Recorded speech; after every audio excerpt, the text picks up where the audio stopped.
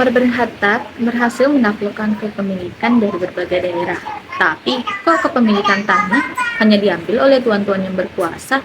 Katanya adil. Abu Bakar menerapkan sisi keadilan dalam setiap kebijakannya. Tapi kok pembebasan zakat hanya pada satu golongan saja? Utsman bin Affan adalah Khulafaur Rasyidin yang memimpin paling lama. Dia memimpin selama kurang lebih 12 tahun, tetapi di 6 tahun terakhir masa kepemimpinannya ini banyak terjadi nepotisme. Artinya lebih mendahulukan keluarganya sehingga keluarganya pada saat itu lebih sejahtera. Bahkan orang-orang pemerintahannya ini didominasi oleh keluarga-keluarganya. Sebenarnya Utsman ini menjadi khalifah untuk mensejahterakan rakyatnya atau untuk keluarganya kah? Bapak Umar bin Abdul Aziz terkenal dengan teorinya yang tidak ingin mengambil pajak dari kaum muslim dan hanya ingin menyumbangkan hartanya untuk kepentingan negara. Emang yakin Pak hartanya cukup untuk kepentingan negara?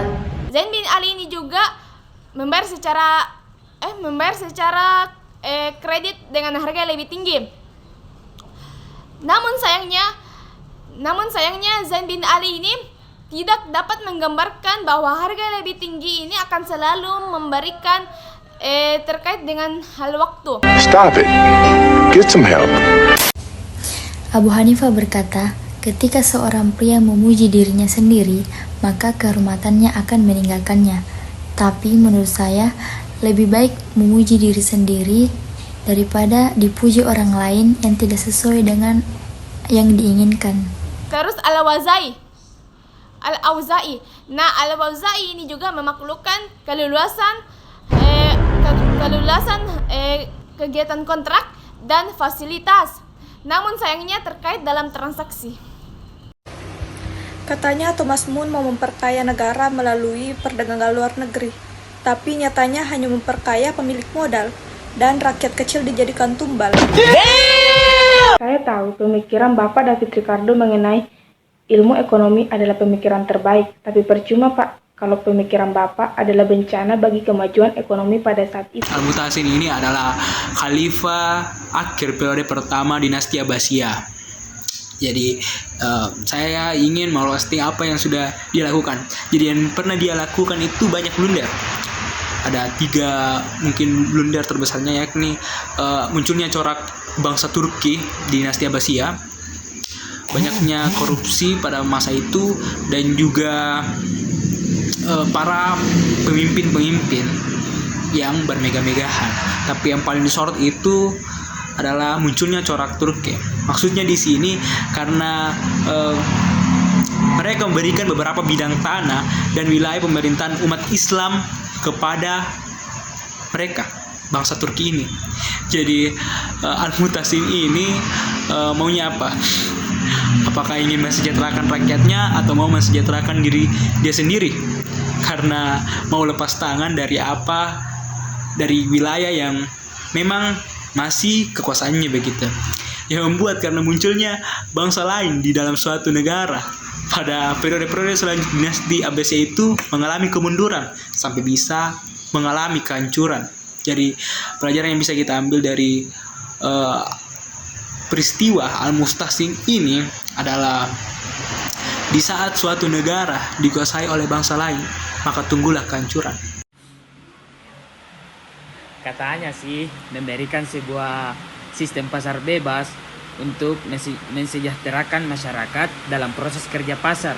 Tapi nyatanya malah memberikan dampak negatif bagi masyarakat. Cuak. Ali bin Abu Thalib pernah berkata bahwasanya tidak ada gunanya seorang penolong yang selalu menghina atau teman yang selalu berburuk sangka.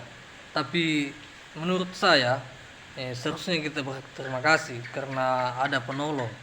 Tapi kok malah selalu nyinyir dan merendahkan, kayaknya lebih baik tidak usah ada.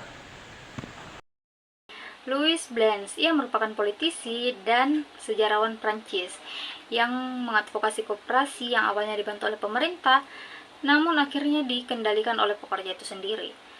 Advokasi Blanche gagal dan terjebak antara kecenderungan pekerja radikal dan Garda Nasional, namun ia terpaksa diasingkan. Abu Ubaid punya teori uang yang tercantum dalam kitab Al-Amwal. Saya cuma mau bilang, Pak, biar kamu punya teori uang, tapi yang menciptakan uang tetangga sebelah. Ibnu Taimiyah dikenal dengan pemikirannya yang revolusioner, tapi percuma memiliki pemikiran yang revolusioner kalau hanya memikirkan diri sendiri. Dalam ilmu ekonomi yang kita lihat saat ini dan kita kenal saat ini, ada beberapa keinginan manusia yang sifatnya tidak terbatas, sama dengan pendapat Ibnu Khaldun tentang adanya masalah ekonomi, mengenai motif timbulnya hasrat suatu manusia itu terbatas, dan kebutuhan manusia juga itu terbatas. Akan tetapi kita lihat pada masa itu sudah ada lagi di Indonesia sumber daya alam yang melimpah. Nah, menurut saya hanya manusia serakah dan yang tidak bersyukur itu yang menurutku kebutuhannya itu terbatas. Bapak George Ripley mendirikan Brook Farms untuk keuntungan bagi masyarakatnya, tapi kok kadang idealisme masyarakatnya masih belum terwujud? John Baptist Howard, salah satu pemikir ekonomi terkenal, yang tujuan utamanya memperluas perdagangan untuk memperbanyak kekayaan negara. Percuma Pak, kekayaan negara banyak, pemasukan negara banyak, tapi rakyat tertindas. Oh, okay. Saya punya satu quotes untuk Sir William Petty, salah satu tokoh pemikiran ekonomi merkantilisme, yang pendapatnya sangat luar biasa. Beliau berpendapat bahwa jumlah hari tidak mempengaruhi suatu barang, tetapi biaya yang diperlukan. Percuma Pak, kalau biaya yang dipenuhi tetapi waktu yang tidak dihargai. Oh my God! Wow! Bapak David Hume yang terkenal dengan teorinya yang tidak ingin ada campur tangan pemerintah dalam perdagangan internasional. Tapi emang yakin Pak bisa ngelakuin perdagangan internasional tanpa ada campur tangan pemerintah? Bapak Adam Smith yang terkenal dengan teori kebebasannya. Teori Bapak memang bagus, dipercuma Pak, karena dari teori Bapak itu melahirkan individu yang kapitalis. Kita tahu bahwa Bapak Thomas Robert Malthus adalah salah satu pakar ilmuwan ekonomi Inggris yang sangat terkenal akan teorinya yang berpengaruh tentang pertambahan penduduk. Tetapi percuma Pak, kalau pertambahan penduduk semakin meningkat, tetapi sumber dayanya itu semakin menurun. Jadi, Jean Baptiste Day ini adalah seseorang yang sangat ikut-ikutan terhadap Adam Smith. Dan Jean juga ini adalah seseorang yang sangat egois. Mengapa demikian? Pada saat dia menjadi anggota tribunat, dia ini lebih mementingkan buku Adam Smith terlebih dahulu untuk diterbitkan daripada buku-buku orang lain yang ingin diterbitkan. Saya tahu pemikiran Bapak David Ricardo mengenai ilmu ekonomi adalah pemikiran terbaik, tapi percuma Pak, kalau pemikiran Bapak adalah bencana bagi kemajuan ekonomi pada saat itu. Karl Marx mengharapkan masyarakat tanpa kelas dan tidak diatur oleh negaranya sendiri. Tapi faktanya, penghapusan sistem kerja di negara sosial komunis dan non-komunis selalu diikuti dengan pembagian kerja dan hasil kerja dari pemerintahannya sendiri. John Stuart Mill, salah satu pemikir ekonomi yang terkenal di Inggris, yang pemikirannya sangat menarik bahwa tindakan harus sesuai dengan kebahagiaan. Tapi percuma Pak, kalau kebahagiaan hanya tercapai di dunia, tetapi menjerit di akhirat. Saya tahu Robert Owen mendambakan sosialis, tetapi percuma Pak, usaha Anda sia-sia karena semua itu hanya utopia. Robert Owen memang hebat karena mampu membuat rakyat miskin jadi produktif, tetapi yang namanya kapitalisme ya tetap kapitalisme, tetap ada penghisapan. Bapak John Wooden mengatakan kalau negara memiliki keuntungan absolut bagi masyarakatnya, tapi emang yakin masyarakatnya bisa makmur? Saint-Simon ini adalah seorang sosialis dari Prancis, ketika perlu panjang lebar, jadi dia memiliki pemikiran bahwa dalam suatu negara itu tidak boleh uniformitas atau ketidaksamaan, semuanya harus sama rata. Jadi kita harus mengkritisi ini, bahwasanya kesamarataan itu tidak bakalan bisa kesamarataan itu tidak bakalan bisa terjadi, pasti adanya. Saya lebih dukung itu adanya si kaya dan si miskin, karena kalau sama rata terus maka perekonomian itu atau kualitas sebuah perekonomian suatu negara itu tidak bakalan menjadi semakin baik. Maka itu saya kritisi dari Saint-Simon ini. Menurut saya Saint-Simon ini adalah orang yang hebat karena banyak mempengaruhi para filsafat pada abad ke-19. Tapi menurut saya pemikiran atau celutukan ekonomi sosialis yang ia paparkan itu saya kasih nilai 11 dari 100. Mungkin itu aja dari saya. Assalamualaikum warahmatullahi wabarakatuh.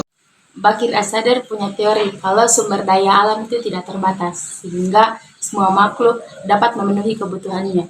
Tapi kok kelangkaan sama kemiskinan masih marak terjadi? Katanya Bu Yusuf sangat menekankan pengawasan yang ketat terhadap para pemungut pajak. Tapi nyatanya malah menindas kesejahteraan rakyat. Bapak Umar Capra, menurut Bapak, negara yang sejahtera dapat dilihat dari beberapa aspek. Salah satunya adalah nasionalisasi. Gerakan nasionalisasi yang Bapak kemukakan memang mempunyai tujuan yang positif, tapi Bapak tahu tidak bahwa dari gerakan nasionalisasi itu dapat membatasi inovasi pelaku ekonomi dalam mengembangkan industrinya. Berbicara mengenai sejarah pemikiran ekonomi Islam, saya tertarik untuk membahas salah satu tokoh pemikir bernama Muhammad Abdul Manan. Beliau ini dikenal dengan gagasannya dan juga kritikannya dalam ekonomi Islam. Salah satu kritikannya itu mengenai teori distribusi neoklasik, yang mana teori ini tuh membahas mengenai distribusi sebagai perluasan dari teori harga, yakni perluasan mengenai distribusi fungsional pendapatan. Namun, sesudah menyatakan bahwa distribusi personal income itu merupakan petunjuk yang lebih baik untuk memenangkan ketidakmerataan distribusi, ia kemudian membahas mengenai teori tersebut dengan pendekatan fungsional. Karenanya itu membuat masuk ke dalam paradigma neoklasik yang dikritiknya. Ia kemudian mengakui adanya 4 faktor produksi yang layak mendapatkan imbalan. Dia mengakui adanya upah, sewa, dan laba, namun mengkritik bunga sebagai imbalan bagi modal. Jadi sebenarnya beliau ini pro atau kontra terhadap teori neoklasik ini. Al-Ghazali menerapkan matang hafiz pendidikan akhlak dan tasawuf yang dimana seorang dai dari penulis yang disegani dalam Islam karena memiliki kontribusi yang cukup besar. Namun menurut pendapat Al-Ghazali, tekanan pada konsep dasar pendidikan akhlak dan tasawuf sesuai dengan pemahaman yang tidak meninggalkan akal yang memilih ayat secara tekstual